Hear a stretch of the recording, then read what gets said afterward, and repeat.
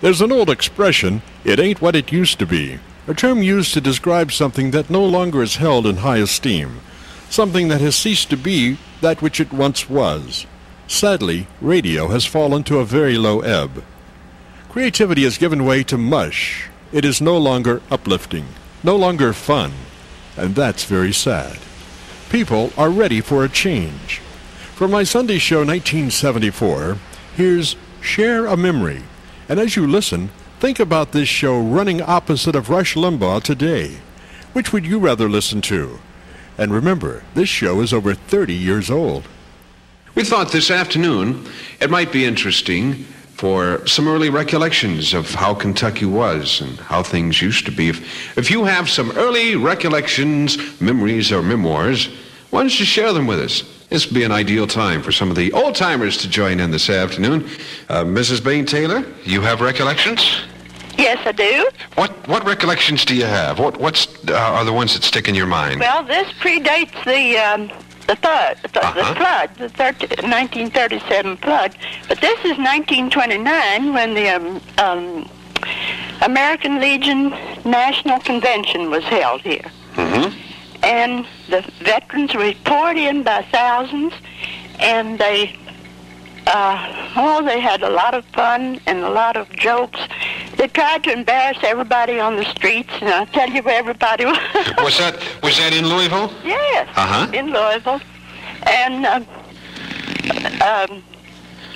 when they had the parade, though the town was just open to them, everybody took it good-naturedly, but surely it was fun.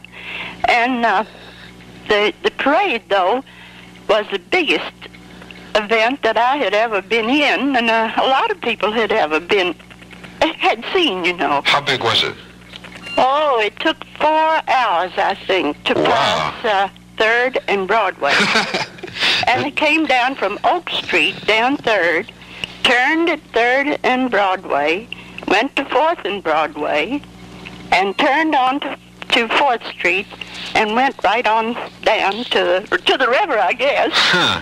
And the streets were decorated with flags and bunting. And the people were just applauding the veterans. What do you think? Do you think that patriotism has dwindled in America since then? Yes, it has. And I just wish we'd have more show of patriotism nowadays, but we don't seem to. Mm-hmm. But maybe we will. We're still hoping. Mrs. Taylor, thanks for calling and sharing your memories. You're very welcome. Bye-bye. Thank you. Mm-hmm. Bye-bye. WHAS? Yes, I'd like to add a little bit to the 1929 parade. Yes. I don't remember the parade too well, but I do remember the veterans being here. And the thing that stands out in my mind is of course, the Brown Hotel was really plush at that time and very beautiful. But the veterans had, I don't know if there was a pony or a mule or exactly what it was, but they took that thing in the Brown Hotel. Inside the hotel? Inside the hotel, all around, and took it on the elevator upstairs. I wonder what the hotel management thought about that. Well, the veterans took over. There wasn't anything they could say. All right, in 1929, we had something to do with the stock market, right? Yes. And did this parade occur before or after the stock market crash? Oh, wow. I'm not that old. I'm old, but not that old. I was curious from the standpoint of here, you know, we have perhaps a catastrophic situation for millions of Americans, and if they could still respond like this under that type of duress. Of course, the crash, I heard about it and like that, but it really didn't affect me right then. Mm-hmm. I wasn't old enough to know. Mm-hmm. And the parade, of course, I remembered. Right. What's the name? I didn't get the name. Lemoyne Sable. Lemoyne Sable? Uh-huh. All right, Mrs. Sable, I appreciate your call. Okay. Have a happy day. The same to you. Bye-bye.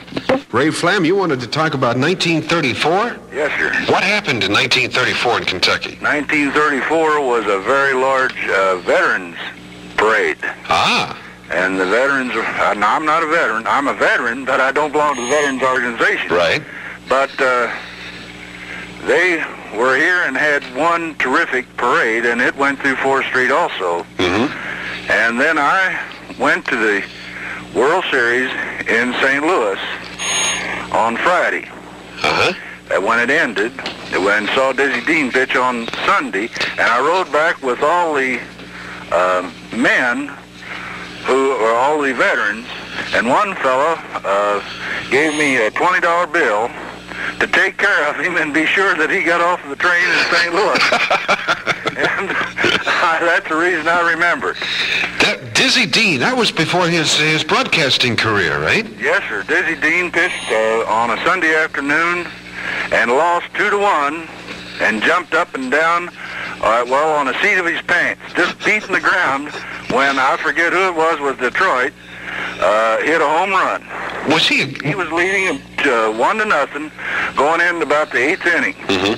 And they just, that home run just fixed it up for him. So you could see some of Dizzy Dean's personality coming through way back before his broadcasting days. Yes, sir. And then talking about the Brown Hotel, I remember I shook hands with Lindbergh coming out the 4th Street entrance. Lindbergh was here in Louisville? 1927. Wow. Yes, sir. He came out of he stayed in the Brown Hotel overnight. And let's see, when did he make his famous flight? What year was that? I guess it was 27. 27. So this was after that, as he made his whirlwind tour of the United States. That is right, sir. Yes, sir. And I was born in 15, but I shook hands with him, and I thought it was a great, great honor. Was there a large crowd there? Oh, 4th Street was blocked. And when he came out the side, they had the touring car, open touring car for him to ride in, and I don't remember a parade or if they had a parade or not. I think they did. But I do remember the most important thing was shaking hands with him. Do you know if he flew in? I couldn't say. No.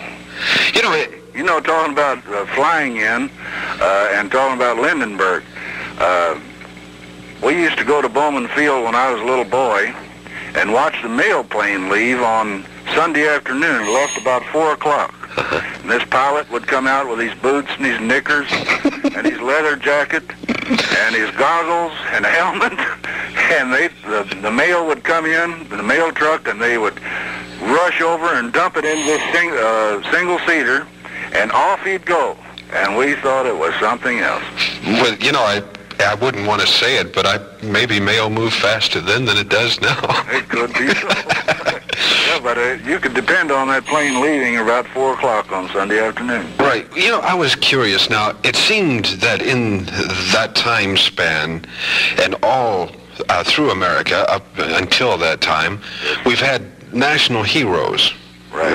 Lindbergh being one. Right. I wonder what has happened. We don't seem to have the national heroes that we once had. No. I think the world, especially the United States, has just gone at too fast a pace. And they don't have time to think. One thing, their mind is busy with television and various things like that, where back then we had a crystal set. Right. And we listened to radio. Right. And there were maybe 4 earphones if we were lucky, and everybody had one earphone and listened to the radio, but we had time to think. And today we just don't have time to sit and reflect on what is going on, right. I think. Ray, I want to appreciate your call. I thank you very much. Thank you, sir. Yes, sir. Bye-bye. Bye. Cheryl, you were talking about your father and his magic what? Still. Still? Well, I think the story's kind of amusing. Your father now, right, in bygone years, of course, right, and before the big Reformation, right, worked or owned the still. He had one of the biggest stills in the city, I understand, during Prohibition. Okay. And, as nobody could take a bath for like 3 months, something like that, because of the gin brewing. But there's a story that the still broke down one day, and he had to take it to the blacksmith shop. Cart the whole still to the blacksmith shop? Well, there was a problem. He couldn't cart it because the blacksmith shop was on the other side of the police station. Uh-huh. So the only way they could get it there without being, suspicious about it, they put the still, the part that was broken, in the baby buggy. And, of course, in those days, people had 8, 10 children, so they kept the baby buggy. Right. And they had his little sister, who is now a very prim and proper lady. But at the time she was 7, and she pushed the baby buggy past the police station because no one would think that a young, innocent child would be pushing a still to the blacksmith shop. Certainly not. No. And this is how they had to get the still repaired. They had to sneak it by the police station in a baby buggy. What year was this? I don't know. When was Prohibition? In 31? Yeah. It was a little bit before my time, so this is a second-hand story, but I have no reason to disbelieve it. Cheryl, thank you. Okay. Bye-bye. Bye-bye.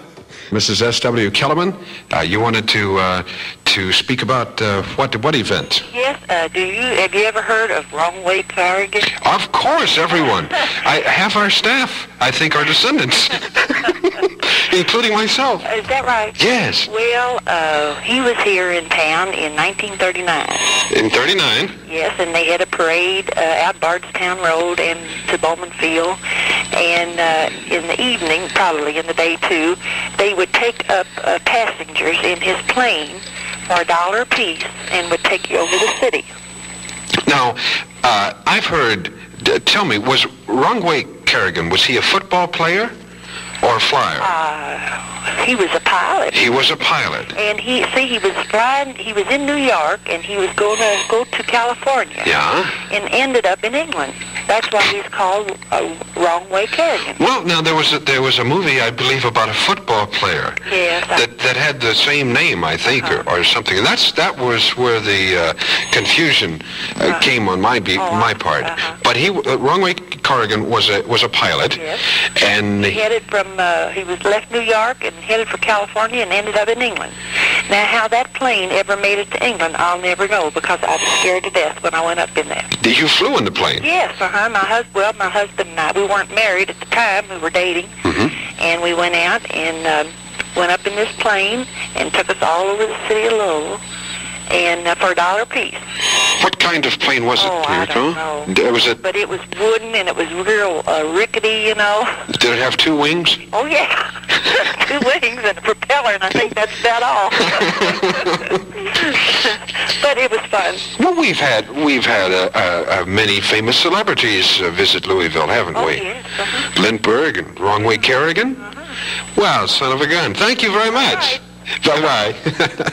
We are soliciting comment and thoughts of bygone days in Kentucky, reminiscing a little bit, I suppose. Mr. Bryant, you wanted to reminisce about the 37 flood? Yeah, I hadn't heard anybody tell you yet. Do you know, in the 37 flood, do you know where the used to be the old normal school up on Broadway above Barrett? No, I'm not familiar with it. Well, you know where Barrett Avenue is? Right. All right, up on the hill there, about 300 feet, you could get in wait just a second. Tom, Miss Smith's at the door.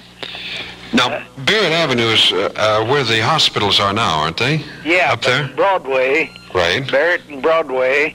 You could get in the boat there, and you could ride to Shawnee Park. In a boat? Right straight down Broadway. Yes, sir. And the fellow was telling you about him taking a pony into the lobby at the Brown Hotel. Right.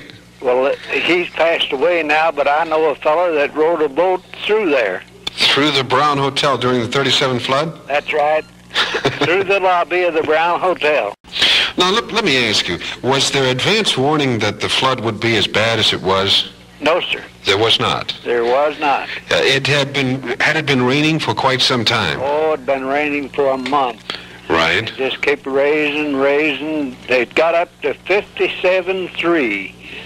Above flood stage? That was, no, the reading of the on the gauge was 57.3. Uh-huh. And you could ride from Barrett and Broadway all the way to Shawnee Park on that. Now, 3rd Street, you know where that is. Right. Well, you could ride out 3rd Street, and you know where Summers Herman's... Right. Well, you could ride right up past that in a boat. All that was underwater, see? Business didn't continue no. during that period? No. things was, now the main part of town down there around Main and Broad Market and whatnot was higher, see? Right. And there wasn't no water on them. But they were like an island, weren't they? They were just an island, that's all. Uh-huh. Yeah. Now you come out, do you know where Floyd Street is when you get out towards the L&N? Right. All right. I live up on Bar B, and I was up here, but I couldn't get nowhere. Our office was at 5th and Broadway, but it was under. Uh-huh. So I was getting telephone calls. I was at the Board of Education, saying on call all the time. And I got a call here at home that they'd had an explosion at Halleck Hall. That's Manual now. And I went down under the hill where the expressway goes out here, 65. Right. Well, I went down just about there on the hill, and I wanted to get over to Manual, see? And there was boats there, but there was nobody to take me over. And he says, "Can you row a boat?" And I said, "Yeah." Well, he says, "Take one and go on." Told him my business, see? Right. And I went down Brandeis through 1st Street, and when I got down to Manual, the only way I could get in was to walk in on a pontoon bridge, see? So I tied up there and went in, and of course it wasn't, somebody had turned some gas on in the kitchen, and it had ignited and just blowed the lids off of the stove, see? Nothing really severe, Didn't though. amount to anything, no. So I stayed there for a little while. How far underwater was that area? Well, there was boats riding through 1st Street. It was about 4 feet deep. About 4 feet. Yeah. That's quite a bit of water. Yeah. And right down under the hill here on Floyd Street, for me, I had a fellow that was working over at Manual at that time, Leroy Greathouse. He's retired now, and he lived here on Floyd Street. And he had a car there, and the water was about 18 inches over the top of it. Mr. Bryant, I want to thank you for your call. Okay. Have a happy day. Thank you. Bye-bye. We've had many famous American heroes visit Louisville, numbering among them Lindbergh, Wrongway Kerrigan, and Babe Ruth. Is that right? That's right, Babe Ruth. Babe Ruth visited Louisville. Not once, but several times. Uh-huh. But the ones I particularly recall, I went to St. X between 1932 and 36. Right. And the principal there at that time was a jolly gentleman named Brother Benjamin. Right. And Brother Benjamin was a discoverer of Babe Ruth. How was that? Well, he was taught at a foundling home there in Baltimore, and as you know, Babe Ruth was a foundling. Right. And in the playground, Babe Ruth hit one out of the play yard and broke a window. Uh-oh. And with that, he ran and got under the bed in the dormitory. And Brother Benjamin grabbed him and said, "If you hit him like that, you don't have any business running under a bed. You ought to run toward first base." And it was through Brother Benjamin's efforts that Babe Ruth got into baseball. But you know, he never forgot Brother Benjamin. When that Yankee powerhouse came north after spring training, he'd bring the whole team by St. X. Now, he did this for 3 years. And it was sort of a holiday. We'd go back into that old gym back there on Jacob Street that had the running track above. Uh-huh. And the Yankees would show up. And there was Gehrig, and there was Lazzari, and the Crosetti, and, of course, Ruth. And the thing I remember about Ruth most, he was built just like a funnel. He must have been a good 3 feet across his shoulders. He was the ugliest man I believe I've ever seen. And his head fitted right down on his body. Uh-huh. And his ankles were no larger than my wrist. And every night when he'd talk to us, why, we'd listen. And then when he'd finish, he'd go over, and a tiring man that he was, he put his arm around Brother Benjamin.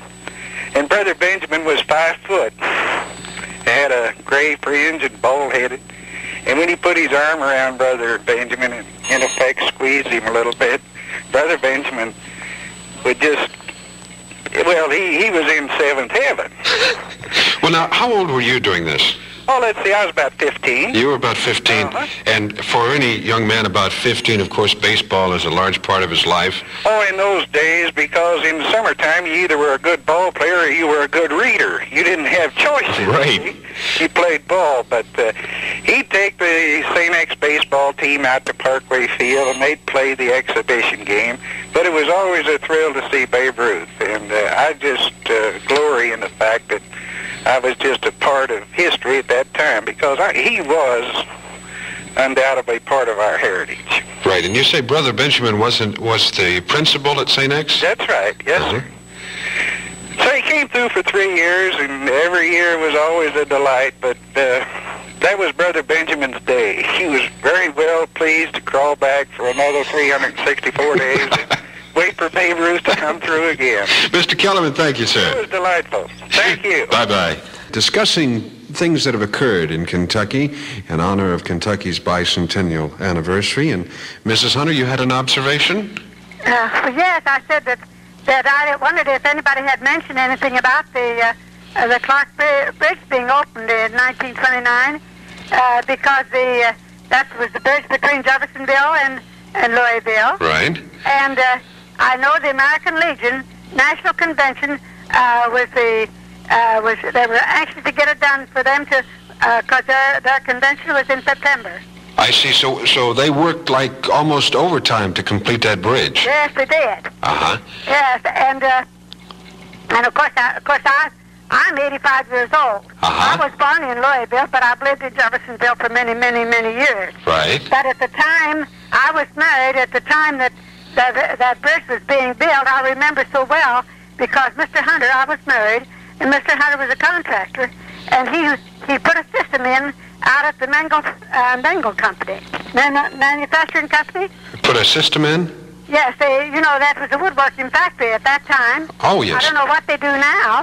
But they put those floor systems in that factory. Oh, yeah. And I know that we finished it up, and we had to go back and forth on the ferry boat. Right. Now, somebody says the Clark Bridge. One does not think offhand or have the realization, but the Clark Bridge, before the Clark Bridge, there was no bridge. No. Well, yes, there was no bridge. No bridge to go back and forth, to walk back and forth. There was the Big Four bridge. Right, the train track, the train bridge, right? That was a train bridge. Right. But they also had a walking place that you could walk. Right. Because I remember when that was built, too. But there was no, for vehicles, there was no bridge. No, but later on, the interurban went across that. The train from Indianapolis went to Louisville. Right. Now, we had, initially, the only bridge across was the Big Four train track with a pedestrian walkway on the side. That's right. All right. How did they move the cars back and forth? Was there a ferry boat? A ferry boat. How much? They used to have two ferry boats, the city of Jeffersonville and the city of Louisville. How much did it cost to take a ferry boat across? Well, I can remember that after I got out of high school, I worked in Louisville, and I started at Belknap, and I remember we used to go on the ferry, and we used to get 10 trips for a quarter. Can you believe that or not? 10 trips for a quarter. Yes, certainly. Thank you very much for calling. Okay. Bye-bye. Thank you. this afternoon we are sort of looking at Kentucky's history past, and we have Mrs. Snowden with a memory, I think. Mrs. Snowden? I heard the ladies say, you won, that there was no bridges across the Ohio that you could go other than the Big Four, as I understand it. The Big Four, well, that is wrong. Is it? Yes, sir. Okay. The K&I. Let's see. Now, the K&I was another train. No, it had a driveway on the side. Let's see. Similar. Yes, that's right. That is. Still has it. That is. As you look down the river, we have the Clark Bridge. And then the Big Four. Then the Big Four. Then the K&I. Then the K&I. And that is correct. Was it in operation before 29? Yes, sir. That was in operation before 1911. 1911. Yes, my father passed on in 1911, and we drove horses and buggies across that bridge quite a few years before he passed on. I appreciate that because I had forgotten about the K&I. In my mind, I was looking at the river and the bridge, the bridges across it. Yeah. And I had forgotten about that, but I have driven across that myself. It is a harrowing experience. Thank you, Mrs. Colson. Bye-bye. Charles Green, your reflections of years past in Kentucky. All right, a couple of your questions about the Inter-Urban car, how they went over the Big Four and the K&I Bridge. Right. They were run by electricity, by trolley wire. Ah. And the ones that went to Indianapolis had two coaches. You had like a club car in the back was a little more deluxe, and the front car was just seats. Tourists. And then, that's right, tourists. And then you had one running out of here, Shelbyville, Kentucky. You had one running to Fern Creek. You had one running to Orel, and I believe one ran up through Indiana, through Utica. Right. Now, these weren't trolleys, though. They were trolleys, yes. They were electric wire trolleys. Mm-hmm. Wow. Now, your Big Four bridge was an engineering feat, and it was in the history books when I was coming up through school. France does not own that bridge. The people that own that bridge is Kentucky and Indiana Railroad. Uh-huh. That's the reason why they call it K&I. Right.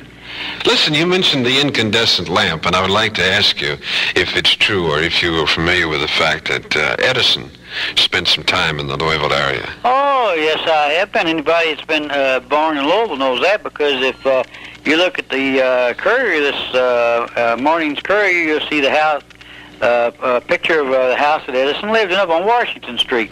Well, did he work, what company? They tell me, I think he worked with Western Union down here. Uh-huh. He was a telegraph operator. Ah, this was before his...